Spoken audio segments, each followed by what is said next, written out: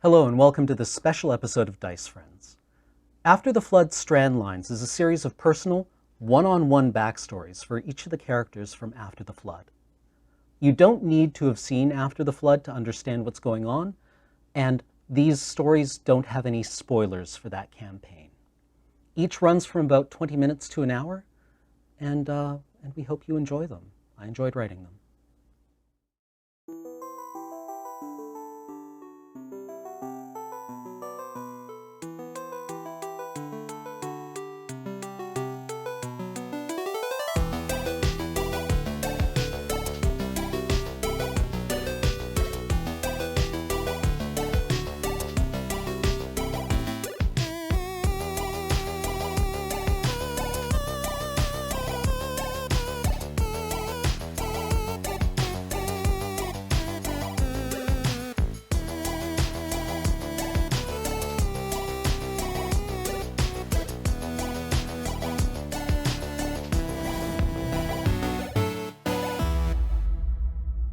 After the Flood, Strandlines, Boleznena's story, Numbered Days. Summer was long and hot in the port city of Berenicia. It is now the changing of the season, the third day of Amberwave, a moon day. You have just finished work. You have promised that you will meet your nephew, Eamon, for coffee. Which is exciting. Somebody has coffee again. Berenicia is a bustling port city, or at least it was years ago. But since the burning of Ontauk, things have gotten difficult. In, well, variety of ways. What do? Tell us about yourself. By day, I'm a bookseller.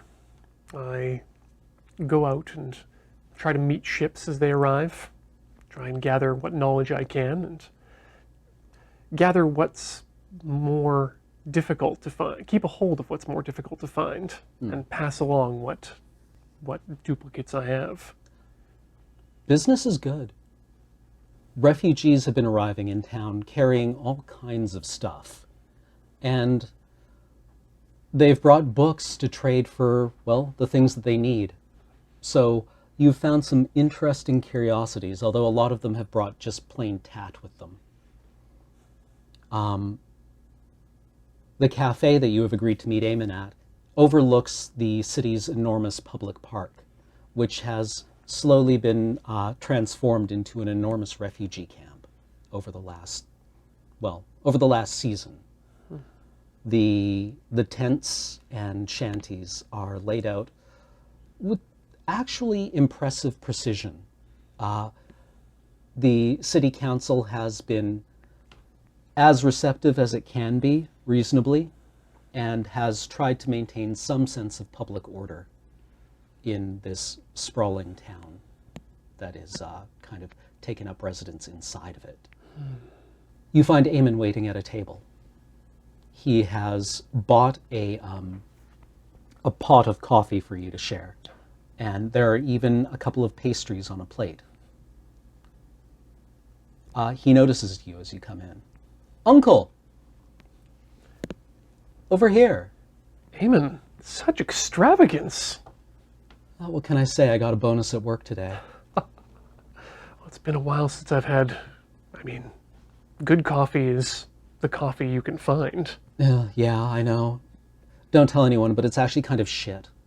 But anyway, I hope you enjoy it. And he pours you a cup. My thanks. So tell me, how's business? Business has been good. We've been having more and more people come in, and some bring the usual sort of just fiction and the sort of thing that's going to be entertaining but doesn't hold any necessarily tangible value. But the place is starting to fill up, and I'm beginning to wonder if it might be time to start moving things around. Well, I kind of trust you on that. It all sounds Greek to me, but fascinating. And I certainly can't argue with your success. I've had just the most busy week at work today. Ugh, the dragon's making himself a nuisance again. Oh no, it's been so long. Remind me, where are you working now? The Legion's moved me into an advisory role with the city government. I work as well, let's say a secretary to the councilors, but honestly, I spend most of my day running back and forth between people's offices, and yeah, it's astonishing what people with a little bit of leverage think they can get out of you when they decide to apply it. Don't I know it? That reminds me. I have something for you. And he opens his bag and pulls out a package. It's wrapped in unbleached paper and tied with like twine. Happy belated birthday, or early birthday, maybe at this point. But I came across it and I had the opportunity and I couldn't let it really pass through. With things as busy as they are, yeah, early, late, it doesn't matter. The thought definitely does count. May I open it? Please do. Thank you.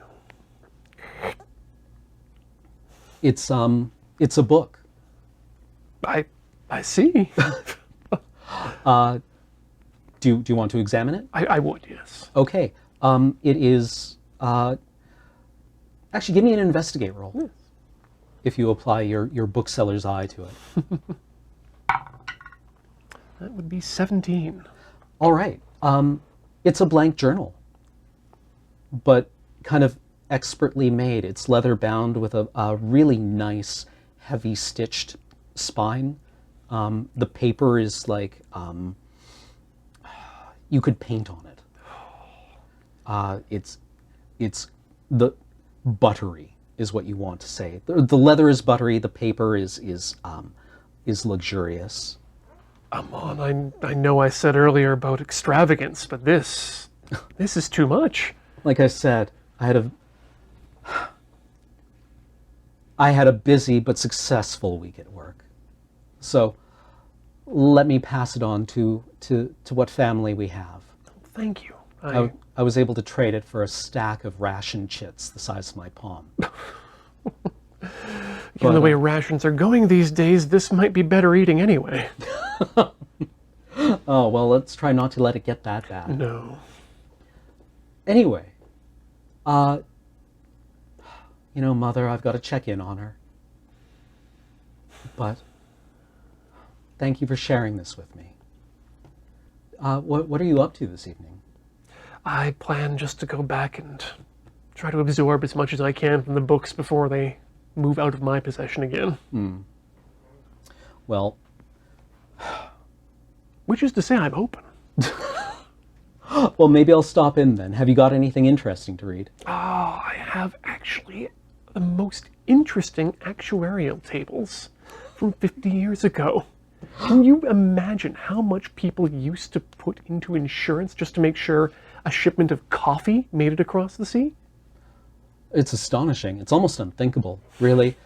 Although, would it be strange to have nostalgia for that?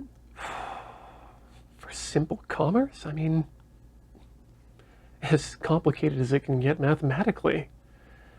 Yeah, those were simpler times. Well, you've always had an eye for those kind of patterns.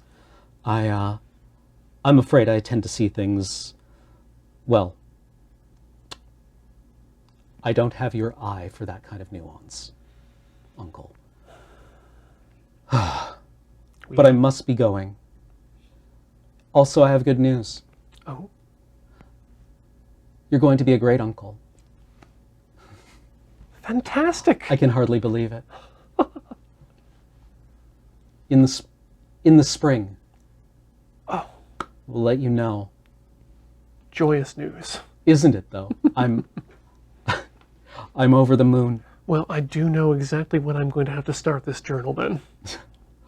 On the day I meet my great nephew. Brilliant. Brilliant. Well, I must be going. Take care of yourself over the weekend. Next week, Yes. same place? Let's make a habit of it. Sounds great. He picks up his bag and bows and then heads off. Do you hang out? I mean, it would be a shame to waste whatever coffee is left. It would. You have one more appointment this evening. You have agreed to be the second for a distant acquaintance as she goes through her crucible ceremony. The crucible is a ritual half-elves, and presumably elves when they still existed, could go through to remake their lives. They burn away the life that they've made for themselves and start over again, clean and fresh. Tamsin has rededicated, or is electing to rededicate herself, as an increasing number of your people have, to war. And the Legion is always recruiting. You've agreed to be at her home after dinner. So you have a couple of hours if you want to do anything or get anything done. No, I think at the most head back to the bookshop, close at normal hours there, Okay. and Do you have any employees? No, this is solely a personal run operation. Okay. I'm not planning on dragging anyone else into this particular life, which isn't exactly going to be long-term profitable. All right. Well, the bookshop is as you left it. It's, organized, disorganized? Is it Black's Books in here? I think it's pretty disorganized. I know where things are, but When somebody comes in, you have to help them? exactly. Okay. If they're coming to me, they're coming to find something specific. All right. Well, if that's what you're... Anything else before the ceremony? I might go back to my own, head upstairs to my personal apartment and freshen up there. Okay. You always want to leave a good first impression.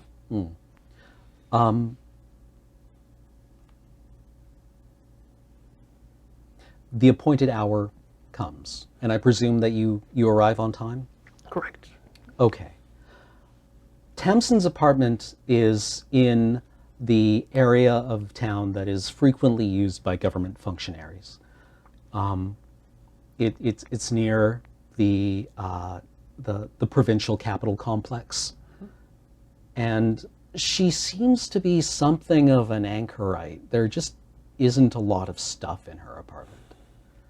And she looks at you and says, "Tabansi, thank you so much for agreeing to do this for me. I really appreciate it. I know it can be difficult to find people to second this. It's like saying goodbye to someone, but so few people understand that these days. Have you ever gone through it?" No, not myself. I feel selfish. I just passed my 5th circle initiation. My boss is furious, I suppose. But you have to do what's right for you, right? And once I passed my 5th circle initiation, I knew that this is not me, not anymore. When we live as long as we do, we need to be aware of that sort of change. Have you eaten? No, I have not. I came here as, ready, but... Well, I paid for a spread. I was always told that we were supposed to feed our guests, but she gestures at the empty apartment. There's a knock at the door. I was like, "Oh, that must be the other guest." And she opens the door, and there's a woman in a Legionnaire's uniform. And she's like, "Tamsin?" She says, yes, you must be left, You must be Lieutenant Desha. Thank you. Come in, please. Desha, this is Tabansi. Oh, greetings. Oh, she takes off her hat and places it under her arm and says, "Pleasure to meet you." Likewise. Have you ever done one of these before? I have not, but I'm familiar with the ceremony. Fascinating. I've read up on it, so I think I know what I'm supposed to do. Oh, good. That's means less to explain. Well, that's a relief.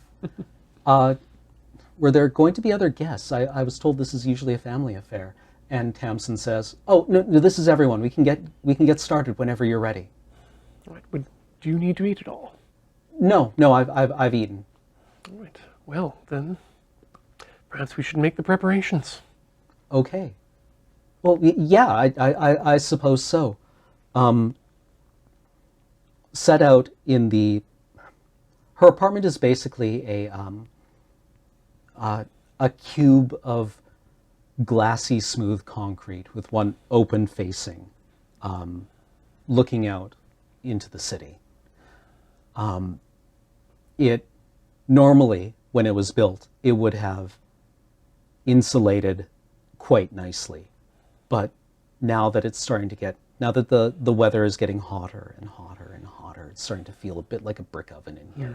And you can imagine this place is going to have to get torn down because it's not going to be inhabitable in another couple of decades.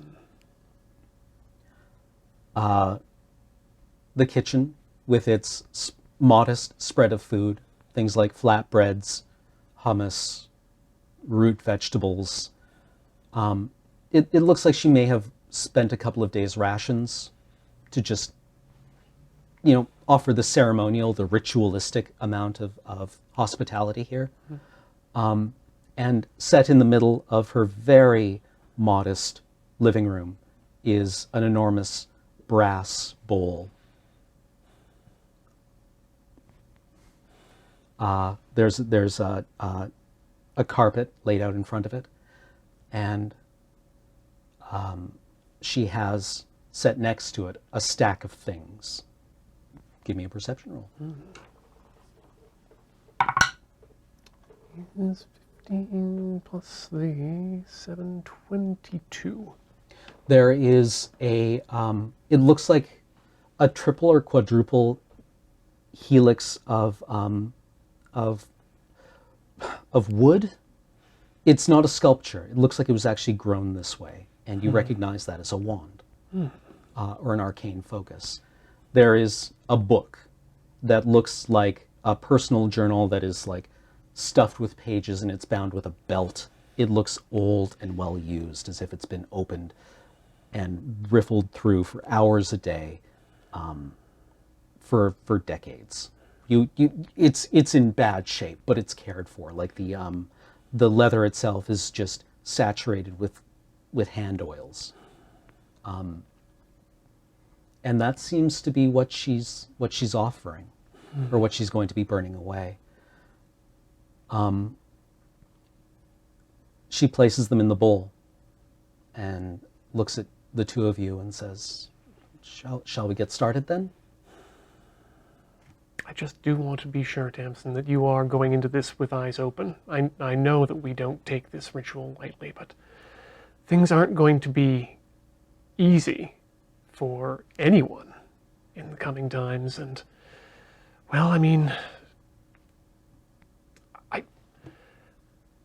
I don't want the world to lose what you have brought to it. I appreciate the thought, but I've been over this. I've thought about it a lot. I've talked about it with people, and I just feel that this is what's right for me right now. I think I have something else to offer the world that isn't being well reflected in what being a wizard is giving me right now. But thank you. Thank you for asking. I do have to respect the ritual, but times are different now. I know it. When I started this Who could have imagined this world? Really, who could have imagined the world? But I can't.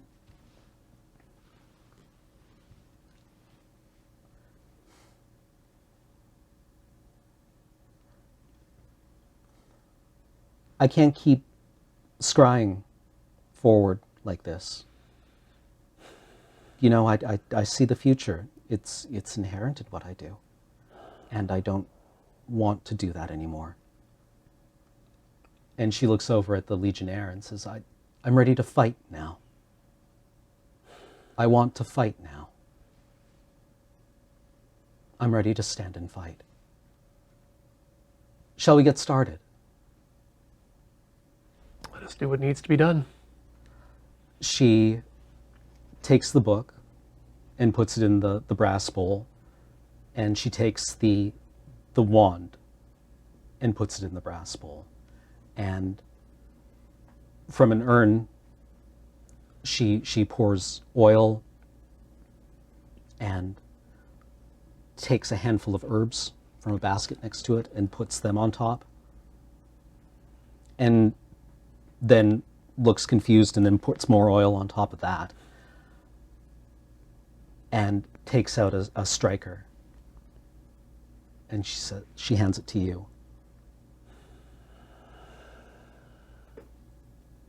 My hands are shaking. You know this isn't what I do.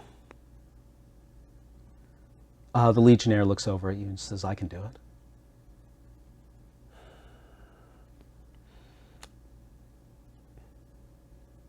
You're going to be doing this to her for a very long time to come.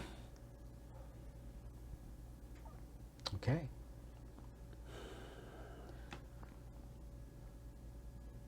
You know this has to be you.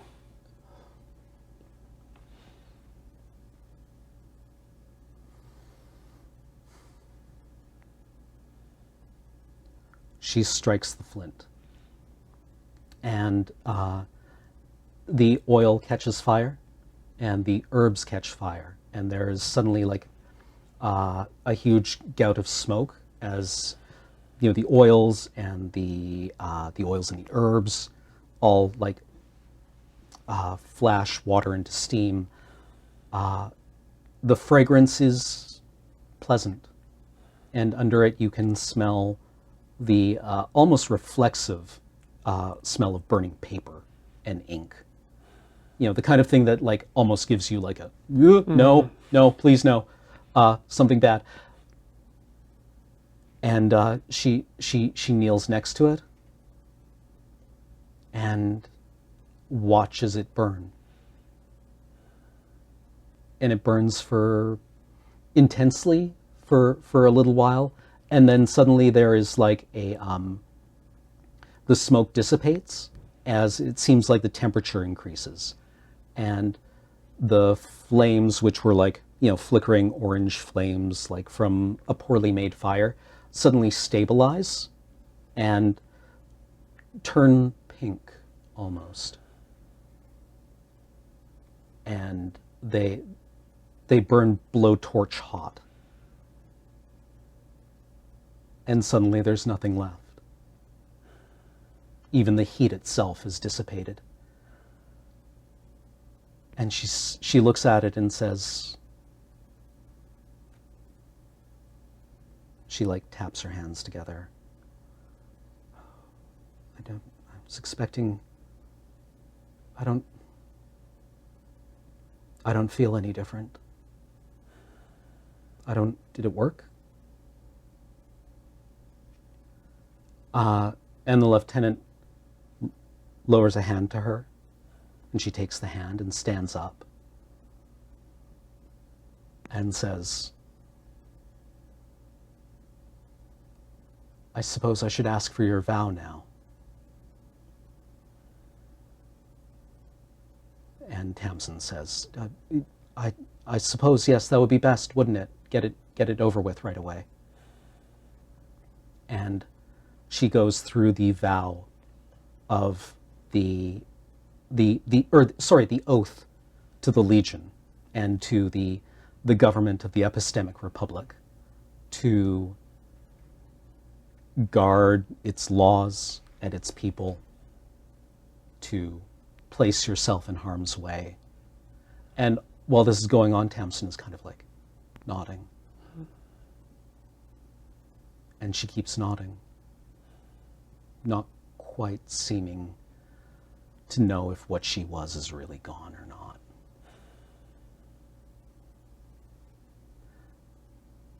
Afterwards, she takes you both out for drinks. The world seems normal. What do you do? Continue to talk with her. You talk for a while. It feels like your last normal night. It isn't. You have years of those left. But this one sticks with you for a while. You never see Tamsin again. After the Flood, Strandlines, Hella Ironblood's story. Infinitive. It's a spring day in the nameless city of Innominata. It is the afternoon of your 30th birthday when you arrive home.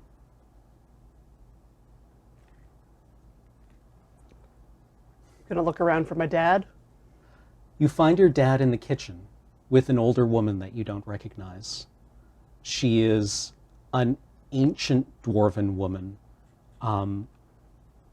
And when I say that she's old, for dwarves, this means that her skin, which people describe as being marble-like, has become so compact and dense that it is translucent. Her ears look like they've been napped out of flint. Your father is serving her tea. Hey, Dad, I'm back. Child, I'm glad. Happy birthday. Thank you. We have a guest. Hello there. She doesn't stand. She looks over to you with her mug of tea and says, "Hello, child. I'm your grandmother, and I'm very pleased to meet you." The honor is mine. Naturally. You may leave us now, she says to your father, who nods and gets up and leaves the kitchen. And before he goes, he stops near you and says, "Be on your best behavior, little one." Of course. And he goes and leaves the house, you think, from the sound of the door slamming. How should I call you, grandmother? Well, you can call me grandmother for now. I hope your health is well. It is. And yours? I'm well. Thank Good. you. Would you like some tea? Yes. I'll grab some. Yeah, she gestures to where the teapot is. Yeah. And I'll, I guess, sit down. I'm assuming she's at the table. I'll sit down across from her. Yeah. And just wait. Give me a spot roll. Is that perception? It should be whiz with, yeah, Okay. perception, 12. yes, 12. You notice a gnarled wooden staff leaning against the breakfast table at her side. She's wearing well-worn traveling clothes that nevertheless look impressive. These are expensive, well-tailored, well-crafted, but very practical. In particular, you notice that the sleeves are, poofy at the upper arms, but bound tightly at the forearms, as if to leave the hands free. A well-worn leather pack rests next to her chair. Have you traveled far to be here? I have. I've been on my way for many months now. The city is fascinating. I understand that it has quite the feature at its core. The vault. The vault. Have you ever been inside? Only once. Good. Are you sure it's only been once? To my knowledge, it's been once. Can you show me how you got in? Would you come with me? I would very much like that. Okay, then I will lead her towards the vault. She puts down her teacup, trusting apparently that your father will clean it up. Oh yeah, probably me later, but yeah. Let's go. You should bring a bag. Several days of clothes. Your traveling shoes. Okay, just let me hurry upstairs. Please stay with your tea for a moment. That's very gracious of you. Thank you. I'll wait here. Okay, so I've just arrived home and I have my bag with me, so I'm going to take it upstairs to my room, dump it out, shove things, try to find stuff that smells clean. All right. Yeah, and grab some boots from by the door. And, okay, I'm ready to go. All right. Let's go then. And she allows you to lead her through the town. Do you take a circuitous route? Do you take a straightforward path? Directly. Directly? Okay. Do you move quickly or? I'll try to maintain pace with her. Okay. She moves deliberately. And her presence in this place, even though she is she's small, she's not a big person, but she parts water she parts the crowd like a boulder moving through a stream. People just seem to get out of her way. She's one of those people with just those presences. Yeah, I try to ignore them and focus on her. Even if people don't seem to, it's not like people are like, oh, Leopold, right? But, she's direct. And you lead her to the vault. The vault is now an enormous structure made of glossy black stone that's reflective, and the rupture in its side is clean and sharp still after decades of exposure to the elements. The guard at its front steps forward and says, "Hey, can I help you?" And your grandmother, without gesturing, hands him a note. He cracks open the note and reads it.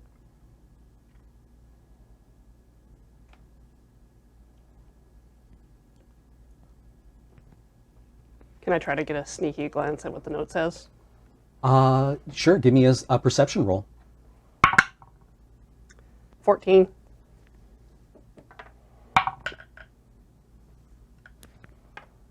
She does not notice you peeking.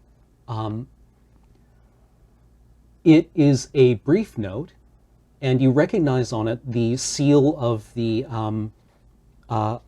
master of the town. It looks very brief. 14, you said? Yeah. That's not good enough to get the actual message, but Yeah. it's like the impression you get is like, give her whatever she asks for, dumbass. Yep. And you enter the vault. Or she just leads you into it. Yeah. The vault itself is, I'll just go ahead and say it. It's bigger on the inside. It is a non-physical space. Past a certain threshold, when you enter the vault, it regresses in smaller and smaller spaces like a honeycomb, but not like a honeycomb, like a foam blown into this black glass of rooms.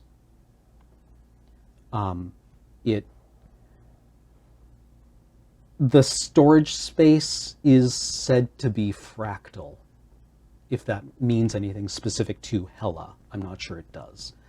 But it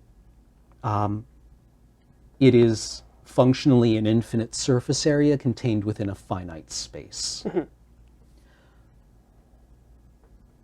She looks around and with her staff raises it, and it starts to glow.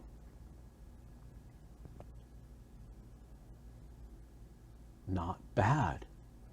Not bad, she says to you. You've only come in here once. Yes. I'm not sure I could have resisted the temptation. There's not much for me to do in here. Well, we'll see about that. She steps forward, and the light source on her staff stops reflecting off any ground, it seems. Almost as if whatever surface she's standing on is just absorbing the light. Oh. Some surfaces seem mirrored, but others are just like utterly matte. And she bangs the staff on the ground and says, "Hello? I'm here to call in an old favor. I'm here to speak to the ringed wave." And out of the darkness above her, a ringed wave appears, like a single line of light, a wave bound in a ring. And it modulates as it makes this noise that your ears interpret as speech. And it says, "Speak." She looks up at it and she says, "Oh, that's no way to treat an old friend." The wave pauses for a moment and says to her, or it says to all of you, it's like, "It is an uncommon thing to have audience with the Archmage. State your business." And she says, "I am here to give my granddaughter a gift. I require your services." It says, "What do you offer in return?" She says, "This is important to me, so I'll offer you a favor to be declared later." The wave vanishes. She looks around. She says, "Well, I guess it's thinking about it." Thinking about it? These things are tedious sometimes. Honestly, I don't blame you. Maybe you're showing more sense than I gave you credit for by not coming in here very often. Have you been in here? No, but I know the type. It appears around you suddenly and says, "We assent to your offer. Where shall I carry you?" Grandmother? It's fine. It's fine. They're dramatic. "Take us to the first mountain." And there is a sudden burst of air. It feels like all the air is suddenly sucked out of your lungs. And then a thunderclap of noise as air rushes back in. And suddenly you're standing on a rocky escarpment high above an alpine forest. There's wind, and there is the slight crunch of snow beneath your feet as you drop, just like, a centimeter almost. Where is the first mountain? Where is this? It's about a week's travel from your home.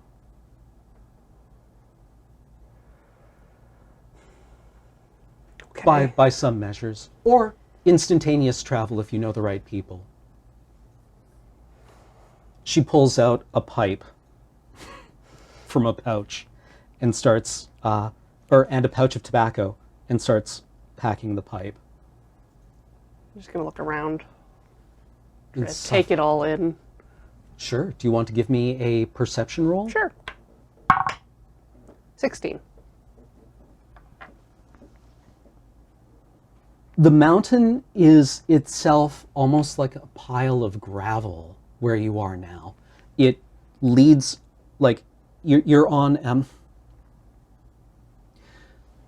it feels like jagged, enormous monoliths of rock jutting out from a pile of rubble.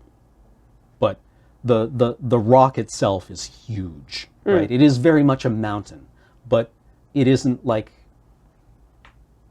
outside of character. It isn't like the Rockies, Yeah. right? It's something It's like that a feels different. pile of stuff instead Yeah. of mountain. Exactly. And below it, you can see stretching out a forest. You're evidently quite elevated. Yeah.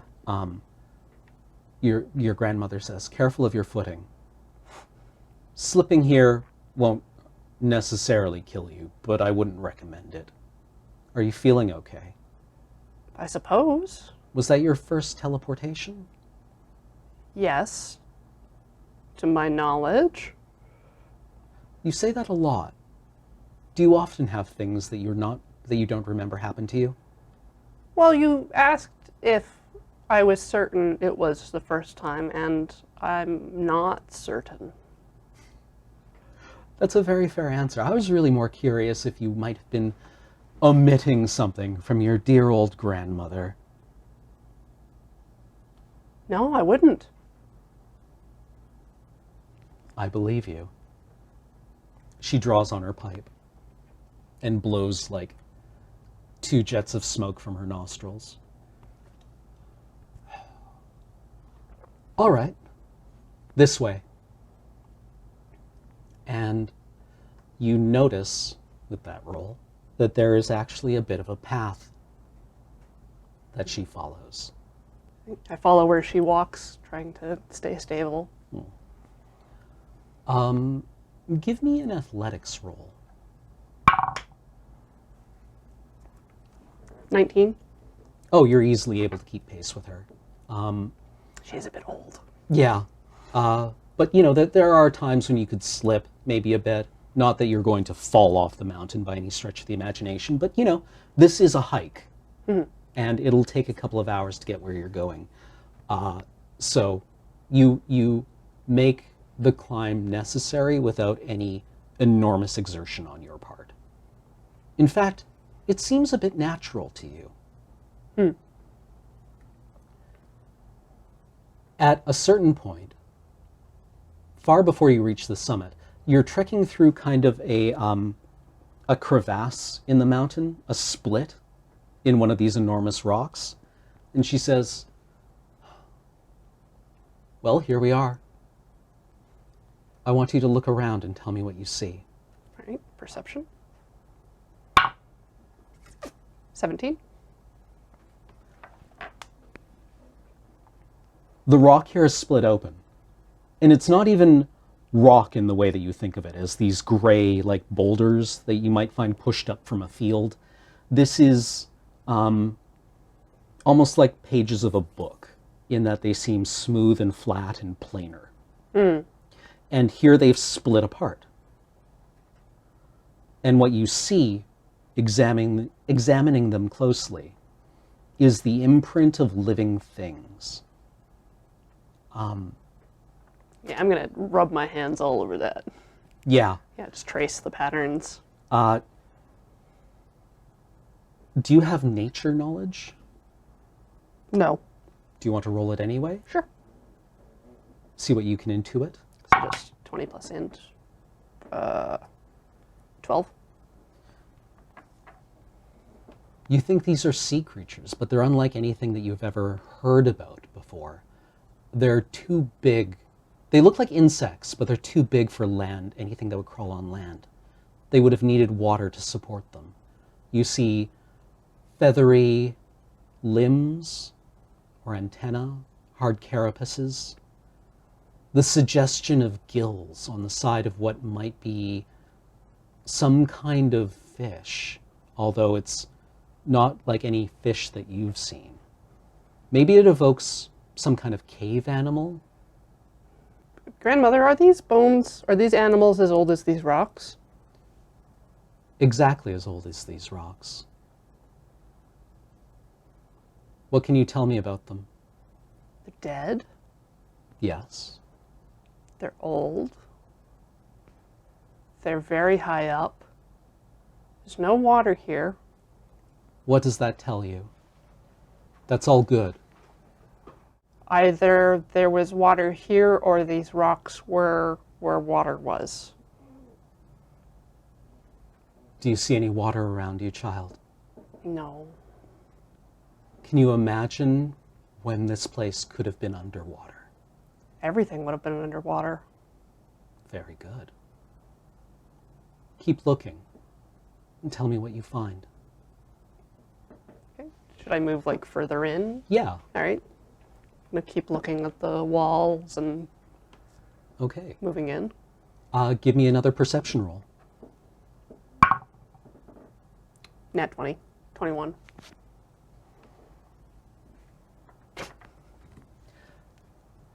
Are you still running your hand along it? Oh yeah. Okay.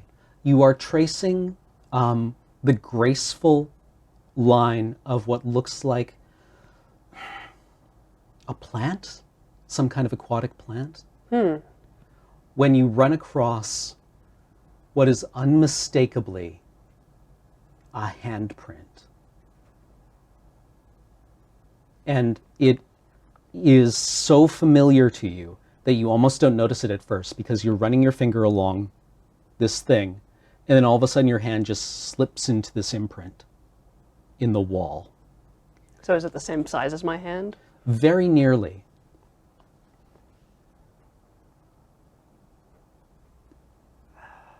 It has the proportions of a dwarven hand. Grandmother, is this as old as the animals and the rock? Exactly as old, child. Were the people under the water with the animals, or One was, yes. a living person? She was. Who was she? She had no name because she was the first dwarf. We have always been with this world. And this is my gift to you on this, your birthday. You don't have your mother's name yet, do you? No. Then I'm here to bestow it upon you. Look carefully at that hand. And next to the hand, you see the curled shape of a dwarven woman, flattened and preserved in much the same way as the other living things here. We know what happened here. This woman came here to gather water from the shore when a landslide covered her and every living thing that you see here. Next to her hand are dwarven runes, or what maybe now are recognized as dwarven runes. And they say the word Ela, I was, in this conjugation. She says, behold the first words written on this world. 1 million generations have come and gone. Do you know how we know this? No. We saw, we remembered, we read, and we passed on that knowledge. There has been an unbroken thread from the dawn of this world to this world as it is now. And this is what I name you. Ela, I am. Even in this broken world, we will not forget. Do you understand? I do. This is your name now. I need you to not forget it. Thank you, Grandmother. Come on, we shall eat. After the flood, Strandlines. Peter's story. Byss. Peter, it's 2 days until the festival of Byss, the solstice festival, in Inominata, the city without name, your hometown. And you are tending the greenhouse while Magistress Tolbrook, your mentor Thomas, and your mother are arguing inside. Okay. Am I able to make out what they're arguing about? Thomas is angry and frustrated about things, and he sounds like he's being very defensive. Okay. But if you want to give me a perception roll, Yeah. you can hear what they're arguing about. I do want to try at least. It's not going to be great. That is a 5. A 5. Yeah. With a 5, you don't hear exactly what they're saying, but at one point you do hear Thomas yell, "It's the simplest possible evocation. I don't know how he did that. Mm-hmm. He shouldn't have been able to do that." And to be fair, that's not surprising because Thomas isn't a wizard. Thomas is a farmer. And he's learned how to do a couple of spells, and the nature of magical learning is that the last step before you're really allowed to call yourself a magic user of any kind is that you have to be able to teach somebody else. Okay. And so he's been trying to teach you, and it's not really his facility. Mm-hmm. It's not anything he's particularly good at, Some to be people are honest. just not meant to be teachers. Yeah. Yeah, and he's trying his best. Yeah. Do I recall what incident he's talking about?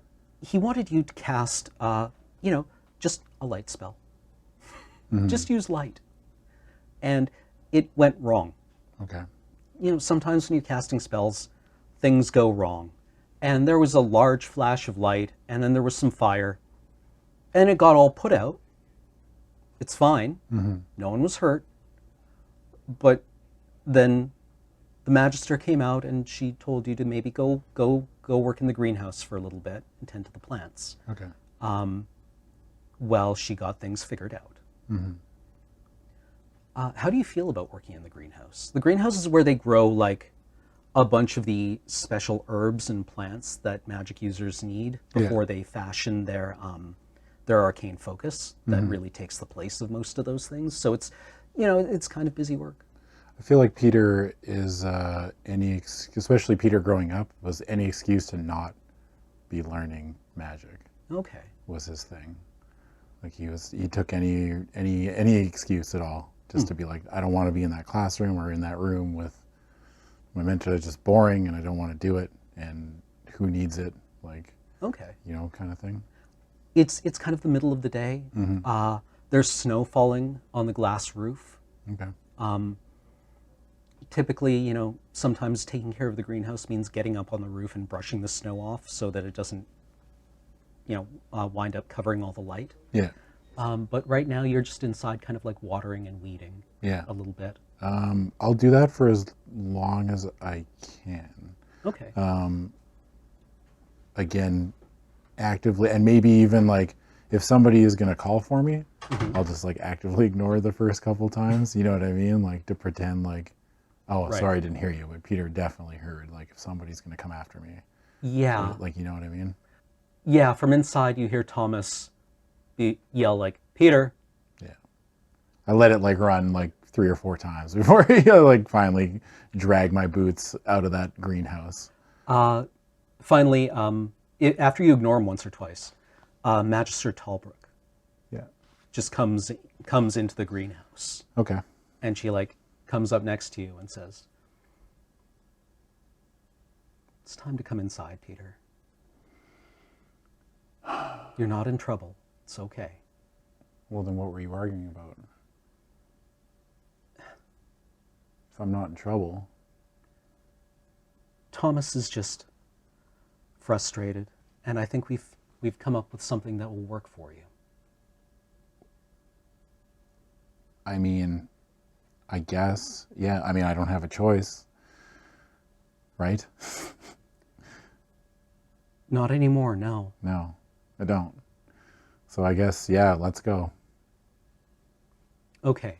So she leads you into her office, Yeah. her chamber, her workroom, and your mother is sitting there. Okay. And Thomas is gone. And they invite you to sit down. How old am I currently? 13. Oh, yeah. Okay. He does that thing where it's like...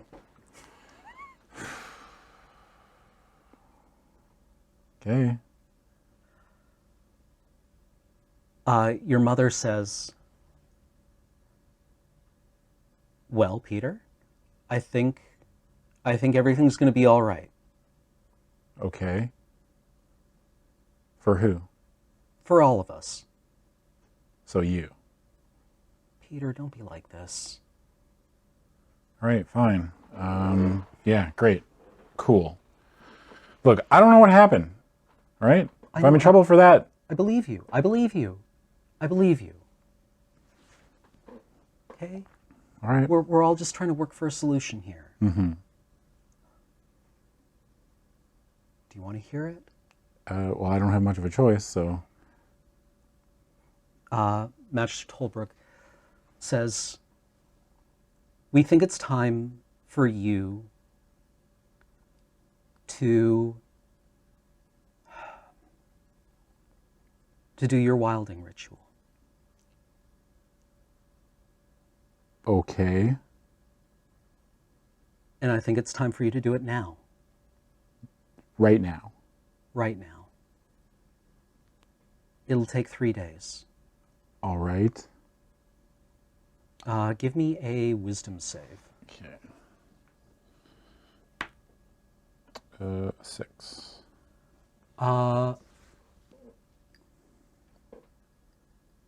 You're going to miss the Solstice Festival. Mm-hmm. And that, you're a teenage boy, Yeah. that pisses you off. Yeah. Yeah. Yeah. So why now? And the reason better be good. well, we can't really wait any longer, can we? You're too powerful, Peter. It's not my fault. No, Why it's am not I your constantly being punished for this? It's not a punishment. Well, it's what it feels like. Everyone's arguing. People are yelling. Nobody will tell me anything. We're trying to keep you as well informed as we can, but we don't know what you can and can't do yet. We don't see people with your abilities very often. I haven't seen anyone with your abilities before. Okay. So, And that means that I can't have a normal life for whatever reason. none of Now us... I have to miss the festival. Your mother says, none of us have had a normal life. Not one of us has had a normal life ever. Here we go again. I'm not happy about it either. Okay? I wanted us to spend just one normal festival day together. Yeah. But I guess we don't get that, do we? Right, fine, whatever. I mean, I don't have much of a say in the matter. Mm-hmm. I don't, like, I can say no, but does that change anything? You know, Magister Tolbrook says, not anymore. Great, cool. I guess, yes, then. I'd have to do it. Okay. The wilding ritual Yeah. is a ritual where you spend 3 days out in the world. Okay. We'll give you everything you need. Uh-huh. And you need to spend 3 days out just in the idle. We think it's the best match for you. We think your abilities come from the idle. They come from the way the world reshapes itself, from the way the world heals itself. And if there's an answer for how you are supposed to live in this world, it's out there, not here. I can't teach you. I can only educate you. You're going to have to learn this on your own. I guess. I mean, out of character. Does Peter know anything? Like, has Peter ever been outside of this city? I'm assuming no. Yeah, a couple of camping trips, maybe a friend's birthday. Yeah, but nothing like you're on your own Yeah, out in the wilderness. in the middle of winter. Yeah. Okay. So you want me to go into the idol by myself for 3 days? It's been a mild winter, Peter. It's been a very mild winter so far. Okay. I'm not worried about the weather. Your mother actually looks distraught at that. Yeah. I don't know what we expect to happen out there, but I found references. Books aren't going to help me here. It's more than that. I've spoken with the orc elders. They have similar people showing similar things. Like what I'm showing. Yeah. It's more common among them, and this is how they handle it. They ship them out into the woods for 3 days on the off chance that they won't survive and then they're not a problem anymore. Is that right? No. We don't want you to die out there. And your mother actually stifles a sob. Well, that's what it feels like.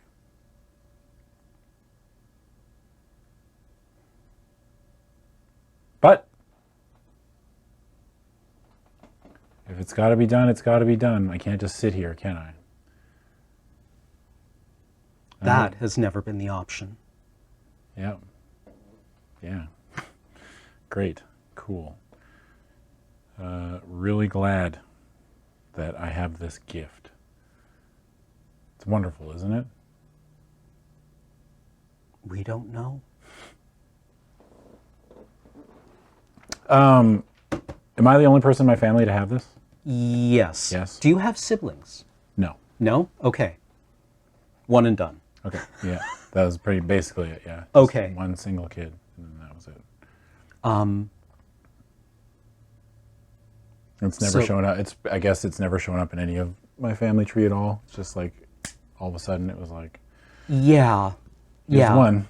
And what about Unless you think it would be interesting if, like, one of your no. uncles, I like cousins. No, I like this. Okay. It gives me more of a reason to be upset about it, you know, because Peter is feeling like any kid would, Yeah, well, it's, and just being picked on, like they're feeling Yeah, it's singled totally out. unfair. Yeah, it's like I didn't ask for it, so why am I being punished? right. And And now I'm just lashing out.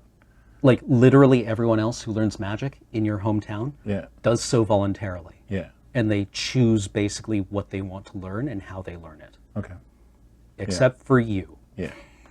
I'm the first You're the first in this town. in this town.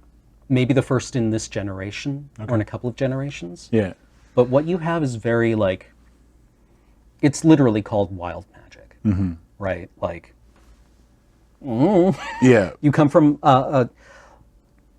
the Republic's approach to magic was very orderly, it was very regimented, it was a profession that you followed. Well, from a culture that created living spells, yeah. Yeah. Regiment and order are like number one when dealing with magic, as far as they're concerned, right? And maybe people had this before and they were just trained out of it. When they're like, hey, I kind of have an affinity for magic, maybe I should learn it. And then they would just learn how to cast spells as a wizard instead of developing their natural talents. Okay. But that doesn't exist anymore. All right. So you're sent home with your mother. Yeah. And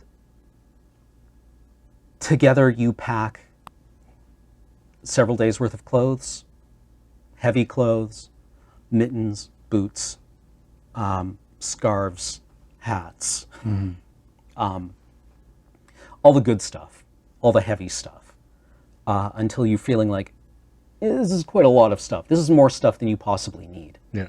And then food. And at the end, your mother hands you a bundle and hands it to you. And says, there, now you're done. And the bundle is, it is a weighty brick that's a little spongy, about this big. Thanks. Give me a perception roll. Okay. 11.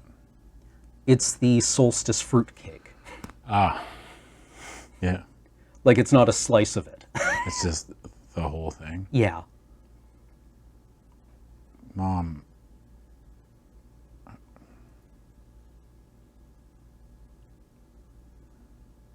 scared. Me too. And she, like, hugs you. I'm sorry I'm so difficult all the time. She shushes you and says, you're perfect. Now go and beat this thing. Okay. And then he'll take the fruitcake and put it in his backpack, and no hug or anything. Doesn't say anything and just leaves. Okay. Yeah. The Magister has given you, like, a sealed envelope to read when you're ready to head out. Yeah. I'll get outside the city first before I read it. Okay. It's the vaguest possible directions. Yeah. She's spoken with the elders of the Star Eyes tribe, Okay. and they have said that they usually just their outer circle initiates just go out and they draw on their magic, like, greedily, in a place where there's no one around, right? They can't hurt anyone out there. Their magic can just go absolutely, like, wild. And that usually helps them get a grip on it in a way that doesn't interfere with anything else. So she says, like prestidigitation, right? So use that just abundantly whenever you can. Don't even tie your own shoes with your hands. Yeah. Right. Just everything. Like, draw on it as much as you need to in the ways that you need to. What's your first level spell? I have 2. I have Witch Bolt and Shield. Okay. Use those whenever you can, whenever you think it's convenient. Okay. And normally, like, Witch Bolt, that's a dangerous thing to know. Yeah. And you learn that kind of on your own because it's cool. Yeah. Probably, I guess. I guess nobody is going to really, well, I guess the people would know what the spell is, but Peter obviously doesn't know what it is. It's just something that happens, right? And I picked Witch Bolt because it's like I think it's a random element. Like, it's just a thing that happens. You know what I mean? Like, it's just like it's just a chance of something. It's something. He's just channeling this energy into any way he knows how.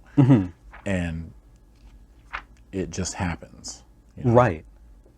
And for the record, you do kind of know how to, like, survive, right? It's a city, but it's also kind of out in the middle of nowhere. Yeah, I'm right? not like a complete idiot. Yeah, no, not at all. Not at all. Yeah. Like, you know how to build a shelter. Okay. Right? You've done, say, the equivalent of, like, Boy Scouts. Yeah. Right? Like, I'm you go out assuming that camping. everybody knows, that growing up, Boy Scouts. Okay, yeah. All right, so yeah, I'll get out of the city. I'll open the letter.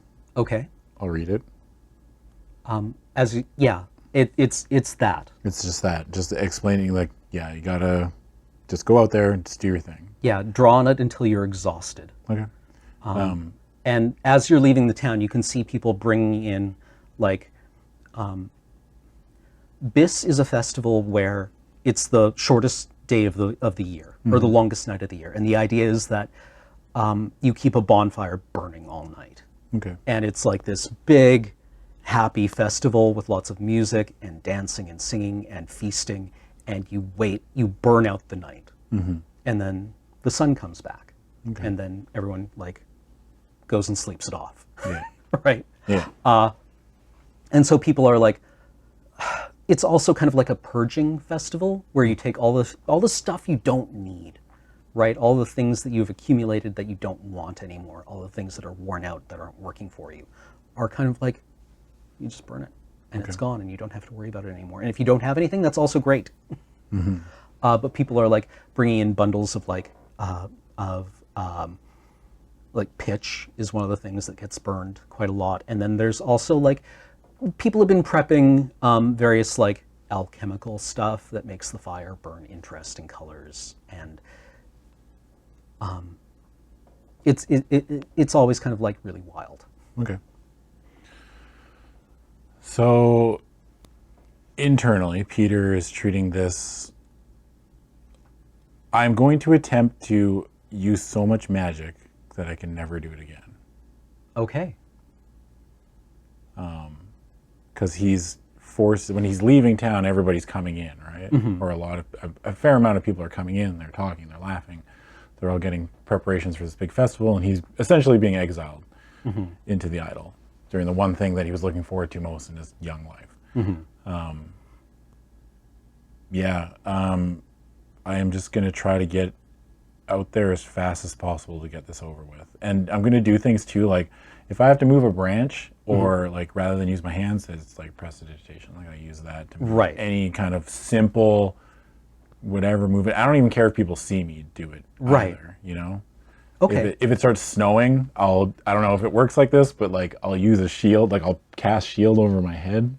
Okay. To kind of like stop it that way. I don't know if it works like that, but sure. You can try. Maybe it does. Maybe it right? does. Yeah. Peter's going to try everything that they always told him to never do because it's too dangerous. Okay. Yeah.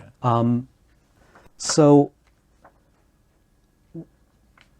the first night, when you get out into the idol, it's kind of like rolling grasslands. Yeah. For a ways around it. And getting outside the city, you actually have to walk through like cultivated fields for a while that are reasonably stable before you get out into the places where it's actually like it can change over the course of a couple of months, right? Like what is a fairly like flat prairie might evolve into a forest, and then into kind of like a badlands or into a swamp. But things can change over the course of a couple of months. Yeah. It's not like it's constantly mutating, but processes here move quickly. Okay. At least on a geologic scale.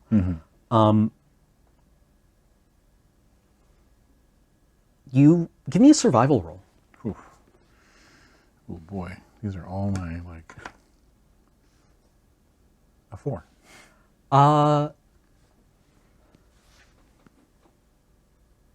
You kind of get a shelter built in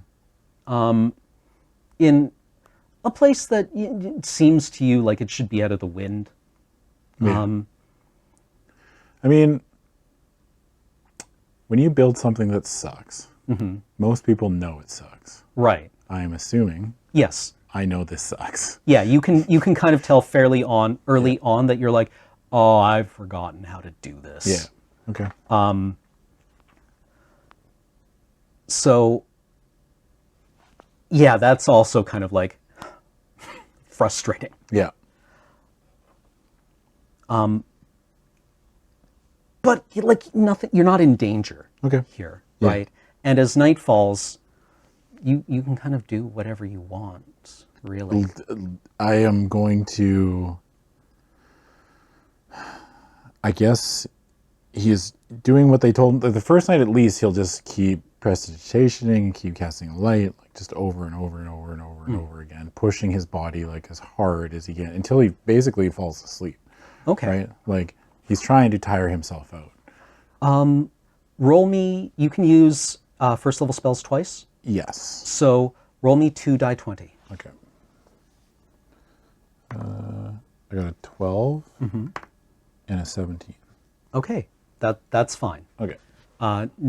Nothing goes wrong, right? Okay. You feel like, well, this isn't a big deal, Yeah. right? Like, It didn't feel like it did earlier in the day. no, Yeah. it comes to you easily. You can kind of, like, if you're casting shield, then you actually, like, it feels protected, right? Like you feel safe when you cast shield. When you cast witch bolt, you feel like you command it, Okay. right? Like it's not actually that scary Okay. because there's nothing you can hurt here. Yeah. Give me a perception roll. 17. You catch movement above you. Okay. I'm not gonna like look at it. I'll see it out of the corner of my eye because I'm assuming I'm like doing something, and then there's like movement. I stop and I breathe in, and I'm just gonna wait. Okay. An owl. Do that thing where like you look up, like kind of like I don't want to move my head, right? Like so. A big, white, fluffy owl Okay. is like almost hovering soundlessly above you. And then its wings collapse and it dives. At me, No, not at you. not at me. Okay. It, I don't know if you've ever seen like a video of a snowy owl pouncing, but it like hits a drift of snow and struggles for a bit and then lifts out a mouse Okay. and flies away with it. All right. Yeah. And near where the mouse was, there is like, the snow almost looks like it's, when the snow is disrupted, it lifts up a little bit. Okay. Like there's an updraft. Really? Yeah. Well, I'll go check that out. Okay. Yeah.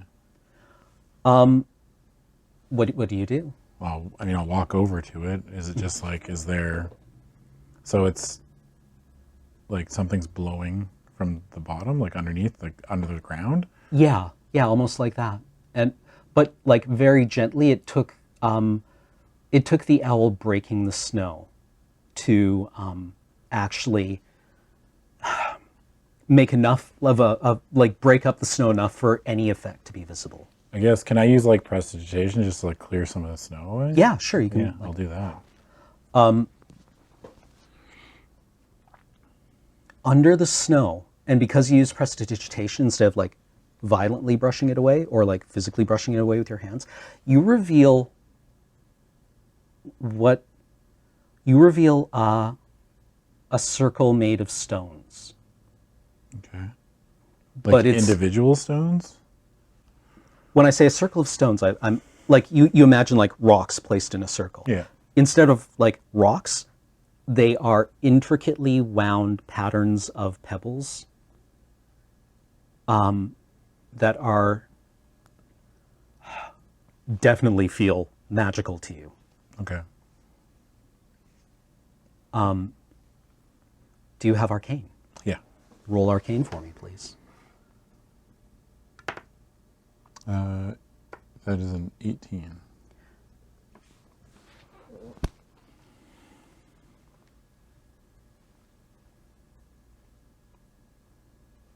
This is a teleportation sigil. Okay. As in, like, what do I know about this and how it works? Because I'm assuming that if I can recognize it by sight and by reading the runes, is it like a one-way thing, or is it like, do I know how it's activated? The way these work is that one will point to another one, Okay. basically, and you can use one to go back. Yeah. And wherever you wind up, there will be another teleportation circle, but wherever that points, you don't know. Right? It maybe it's a two-way tunnel, or maybe that one points to yet a different one. Do I know how to activate it? With an 18? Yeah. Yeah, maybe. I mean, I'm going to try. Okay. The other thing that you notice with an 18, Yeah. you don't think anyone made this. Like it's natural. Like it's natural. What do I know about the idol? The idol is, you had a lecture once, and there was like a slate chalkboard with like lots of arrows pointing at it and formulas drawn. But the idol is where this world that you live in, the material plane, isn't where the elemental planes intersect. It is the intersection of those planes. Yeah. So it is formed because everything else hybridizes here. Okay. And the idol is the bleeding edge of that intersection. It's like a raw manifestation of Yeah, some of like elemental plane. Or yeah, the elemental planes, elemental plane? and then the outer planes, and the ethereal planes, all combining to make your world. This is the fountainhead. Yeah, so like there's like if you think about like all the planes are like crisscrossed over top of one each other, and then like ours is like right in the middle, right? Like Yeah. It's just like everything's kind of This is the bled node, into. Okay. right, or the eddy. Yeah. So the idol is not quite chaotic because that implies that it's random and unpredictable. The idol moves in ways that can be anticipated, or it evolves in ways that can be anticipated because the probabilities are weighted in certain ways. Every individual change might be random. Like if you think of flipping a coin, right? You won't be able to predict which side the coin will come up. But you know if you flip it 100 times, you should get 50-ish heads, 50-ish tails. Yeah. Right? That's the kind of randomness you're dealing with here. Okay. The idol has seasons. The idol kind of has long modes of behavior. It has long waves. Do you mean modes of behavior in that how active it is, or how? Yeah, sometimes it settles down. Sometimes it becomes more active. And